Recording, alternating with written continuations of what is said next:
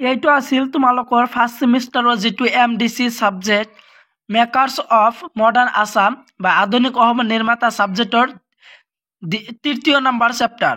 তো তৃতীয় নম্বৰ চেপ্টাৰৰ আজি কিছুমান ইম্পৰ্টেণ্ট কুৱেশ্যন আনচাৰ ডিছকাছ কৰিম, যিহেতু তোমালোকৰ 26 তাৰিখত এক্সাম আছে। তো 26 তাৰিখৰ এক্সামৰ কাৰণে কোনকেইটা তোমালোকৰ ইম্পৰ্টেণ্ট হয়, তো সেইকেইটা তোমালোকে চাই লোৱা। তো চেপ্টাৰ নম্বৰ 3 নাৰী শিক্ষা ৰাজনীতি আৰু সাহিত্য।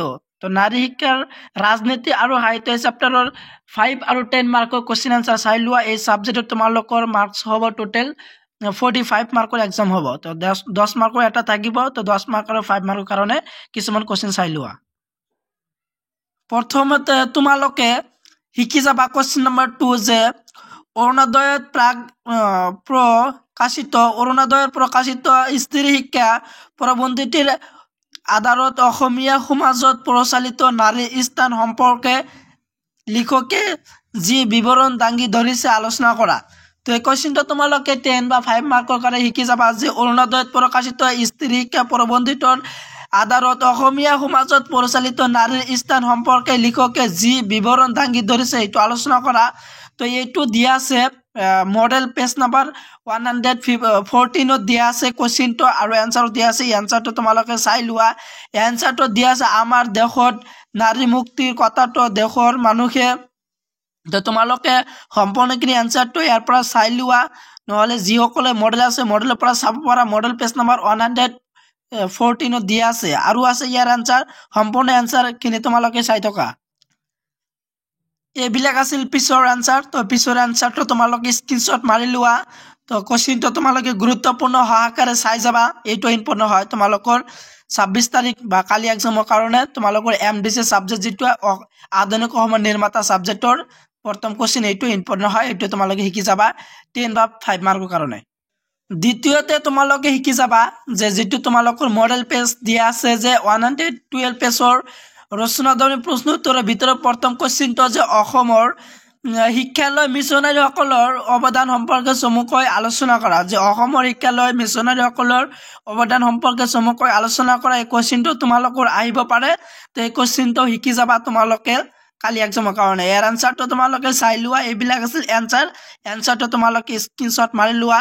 কুৱেশ্যনটো তোমালোকৰ 10 বা 5 মাৰ্কৰ কাৰণে আহিব পাৰে। তোমালোকৰ 10 মাৰ্কৰ কুৱেশ্যন আহিব।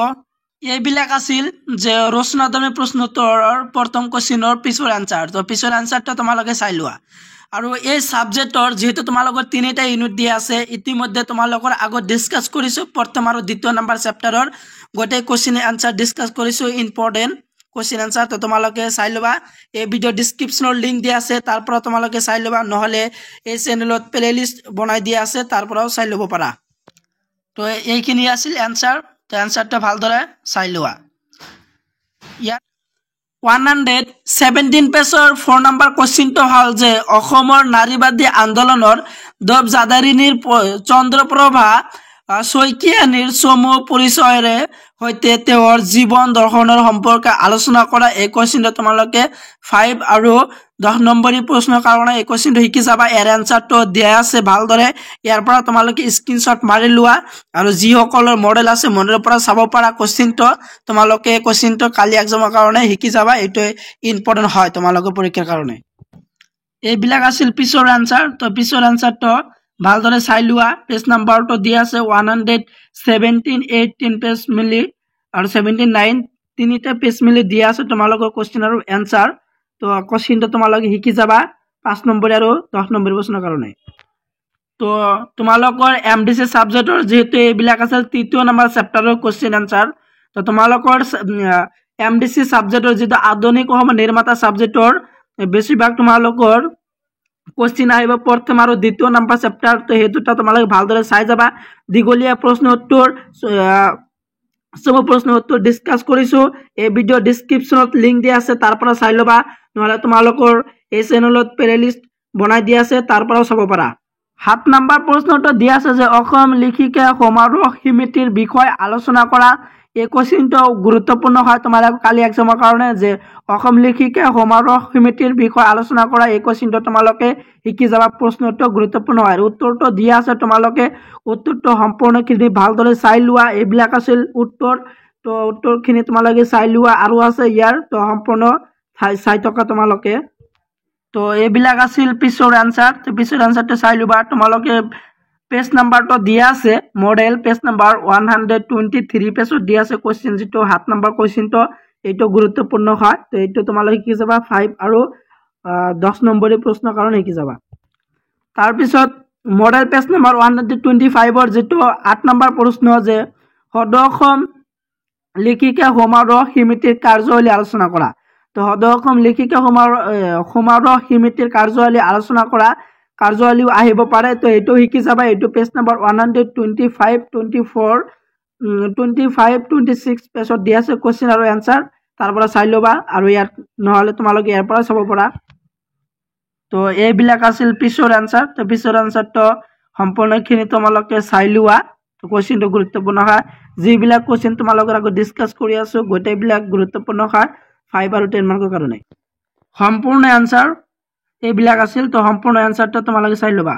আৰু এই সাবজেক্টৰ প্ৰথম আৰু দ্বিতীয় নম্বৰ চেপ্টাৰৰ দীঘলীয়া প্ৰশ্ন উত্তৰ ডিছকাছ কৰিছো। এই ভিডিঅ'ৰ ডিছক্ৰিপশ্যনত লিংক দিয়া আছে, তাৰ পৰা চাই ল'বা।